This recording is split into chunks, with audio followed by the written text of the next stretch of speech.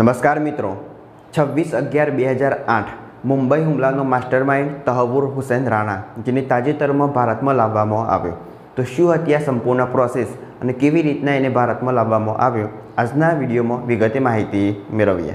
તહવ્વુર હુસૈન રાણા, જેનો જન્મ પાકિસ્તાનમાં 12 જાન્યુઆરી 1961ના દિવસે ચિચાવતનીમાં થયો હતો, જેને પાકિસ્તાન આર્મીમાં ડૉક્ટર તરીકે પણ સેવા આપેલી હતી.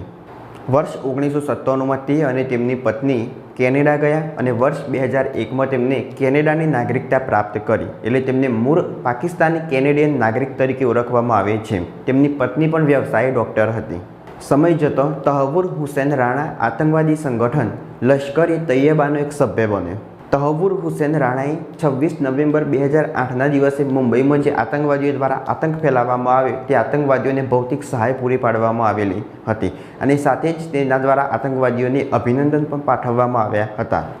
2008માં થયેલા આ આતંકી હુમલામાં અંદાજે 160 કરતાં વધુ લોકોના મૃત્યુ થયા હતા. જે આતંકવાદી હુમલામાં તહવ્વુર હુસૈન રાણા સંકળાયેલો હતો. 2008માં તેમની ગેરહાજરીમાં મુંબઈ હાઈકોર્ટમાં આના પર કેસ ચલાવવામાં આવ્યો. 18 ઓક્ટોબર 2009ના દિવસે તહવ્વુર હુસૈન રાણાની શિકાગો એરપોર્ટ પરથી ધરપકડ કરવામાં આવી. આ ધરપકડ કર્યા પછી ખબર પડી કે તહવ્વુર હુસૈન રાણા આજે મુંબઈમાં 2008નો હુમલો કરવામાં આવ્યો એની પહેલાં મુંબઈ આવેલો હતો અને તાજ હોટલમાં રોકાયો હતો.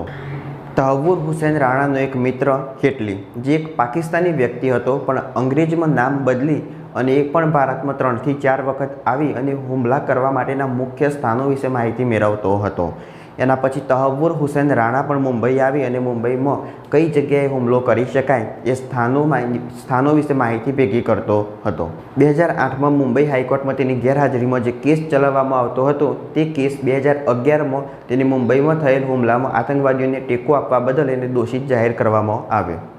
તહવ્વુર હુસૈન રાણા, જેને ભારત સહિત ડેનમાર્ક અને અમેરિકા જેવા દેશમાં પણ આવા હુમલાને અંજામ આપેલો છે.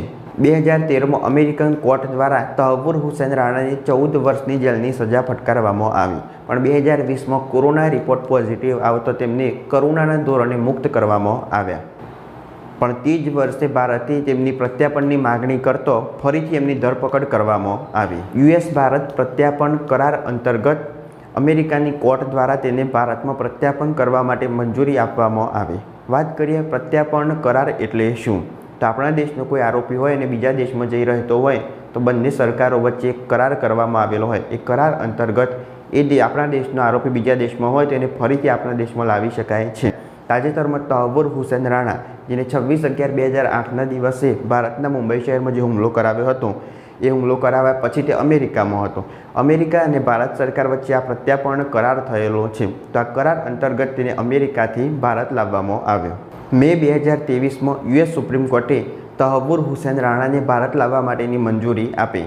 આ જે નિર્ણય હતો તેને 13 ફેબ્રુઆરી 2025ના દિવસે અમેરિકન રાષ્ટ્રપતિ ડોનાલ્ડ ટ્રમ્પ દ્વારા સમર્થન આપવામાં આવ્યું.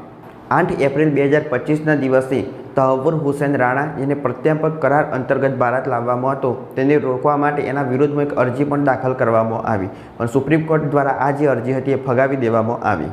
તે પછી રાષ્ટ્રીય તપાસ એજન્સીના અધિકારીઓની એક ટીમ તહવ્વુર હુસૈન રાણાની કસ્ટડીમાં લેવા માટે US પહોંચી. 10 એપ્રિલ 2025ના દિવસે મુંબઈ હુમલાનો મુખ્ય માસ્ટરમાઇન્ડ અને આરોપી ગણાતો તહવ્વુર હુસૈન રાણાને એક ખાસ વિમાનમાં દિલ્હી લાવવામાં આવ્યો. મુંબઈ હુમલાના માસ્ટરમાઇન્ડને ભારત લાવવામાં આવ્યો. એના પછી ભારતમાં લોક માગણી છે કહીને ફાંસી આપવામાં આવી. પણ જ્યારે પ્રત્યાર્પણ કરાર અંતર્ગત કોઈ આરોપીને બીજા દેશમાં લાવવામાં આવે તો એને ફાંસી આપી શકાતી નથી. પણ તહવ્વુર હુસૈન રાણા પર ઘણી બધી કલમો લગાવવામાં આવશે, જેવી કે ભારત વિરુદ્ધ ષડયંત્ર, હત્યા, ગુનાહિત કાવતરું જેવી અલગ અલગ ઘણા બધા પ્રકારની કલમો લગાવીને આકરી સજા કરવામાં આવશે.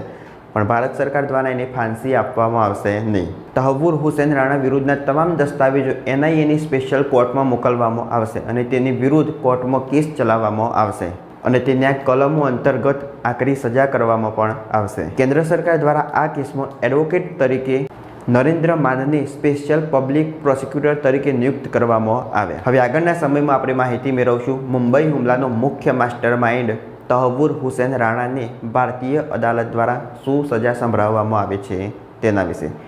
આ વિડીયોમાં આપણે માહિતી મેળવી 26/11/2008ના દિવસે મુંબઈમાં જે આતંકી હુમલો કરવામાં આવ્યો એના પાછળનો મુખ્ય માસ્ટરમાઇન્ડ તહવ્વુર હુસૈન રાણા વિશે. જો આ વિડીયો ગમે હોય તો લાઈક કરો, શેર કરો, ચેનલ સબસ્ક્રાઈબ કરો. ત્યાર સુધી જય હિન્દ, જય ભારત.